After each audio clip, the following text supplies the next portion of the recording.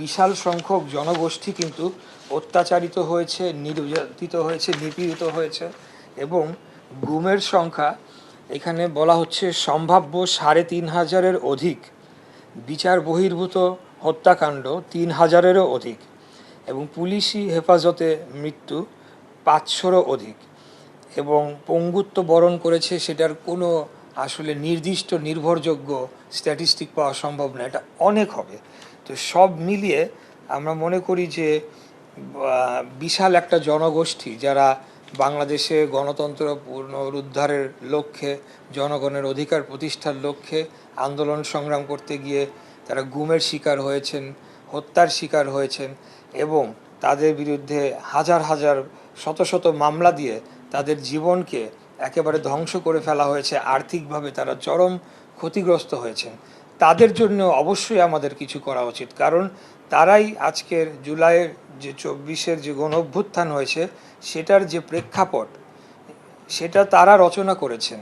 তাদের রক্তাক্ত পাটাতনের ওপর দিয়েই কিন্তু আজকে আমরা এই আন্দোলনকে সফল করেছি। তাই আমি মনে করি যে তাদেরকে তাদের ওয়েলফেয়ার এবং তাদের সার্বিক বিষয়গুলা, বিশেষ করে তাদের যারা সন্তানরা রয়েছে, যারা অনেক ছোট ছিল, আমি যেই ছাত্রনেতাদের কথা বলছি গুম হয়ে গিয়েছে, তারা কিন্তু ২০১৪ সালের ডিসেম্বর মাসে গুম হয়ে যায়। তাহলে ওই সময় যে ছোট বাচ্চারা ছিল আজকে তাদের আপনারা কি কোন পর্যায়ে রয়েছে আপনারা চিন্তা করেন এবং আপনারা বিভিন্ন সময় দেখেছেন তাদের যে অশ্রুঝরা সেই আবেগ, সেটি আপনারা দেখেছেন। তো যাই হোক, এই বিষয়গুলোকে দেখভাল করার জন্যে আমি প্রস্তাব করব গুম, নির্যাতন ও রাষ্ট্রীয় নিপীড়ন পুনর্বাসন অধিদপ্তর নামে মুক্তিযুদ্ধ বিষয়ক মন্ত্রণালয়ের অধীনে আরেকটি এই একই রূপে একটি অধিদপ্তর গঠন করা হোক। সেই লক্ষ্যে আমি কাজ করে যাচ্ছি। আমি আমার প্রস্তাবনা, আমার যুক্তি, আমার ফ্যাক্টস অ্যান্ড ফিগার্স দিয়ে আমি পেপারস রেডি করে সেটি আমি ক্যাবিনেটে আমাদের মাননীয় প্রধানমন্ত্রীর অনুমতি সাপেক্ষে ক্যাবিনেটে উত্থাপন করব এবং আমি বিশ্বাস করি আমাদের মাননীয় প্রধানমন্ত্রী এটিকে অনুমোদন দেবেন এবং এদের ওয়েলফেয়ার, এদের যে লস, সেটা তো আমরা কোনোদিনও পূরণ করতে পারবো না, কিন্তু তাদের পাশে যে আমরা রয়েছি, রাষ্ট্র যে তাদের পাশে রয়েছে, সেটি আমরা প্রতিষ্ঠা করতে পারবো। এখানে একটা জিনিস একটু উল্লেখ করে দিতে চাই যে এইটার প্রেক্ষাপটটা কি।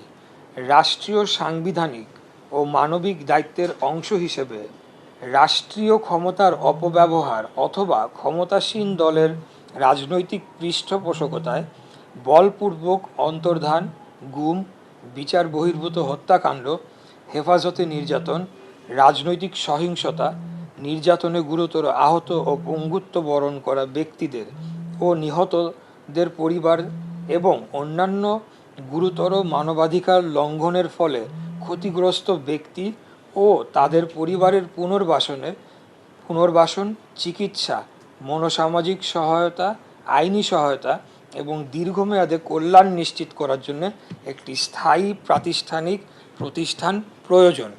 কারণ এখন এটার কোনো সেন্ট্রাল ডেটাবেস নেই। আমাদের জাতীয় পর্যায়ে একীভূত করে একটি ভুক্তভোগী পরিবারদের ডেটাবেস অবশ্যই একটা প্রতিষ্ঠা করা দরকার, যার মাধ্যমে আমরা এই পুনর্বাসন এবং চিকিৎসা, কর্মসংস্থান সহ নানাবিধ যে সুযোগ সুবিধাগুলি রয়েছে, যেটা রাষ্ট্রের দায়িত্ব, বিশেষ করে রাষ্ট্রের দায়িত্ব, কারণ রাষ্ট্রীয় বল প্রয়োগ করেই তাদের উপরে এই নির্যাতনটি করা হয়েছিল। তাই এই প্রস্তাবটি আমি আগামী দিনে রাখব।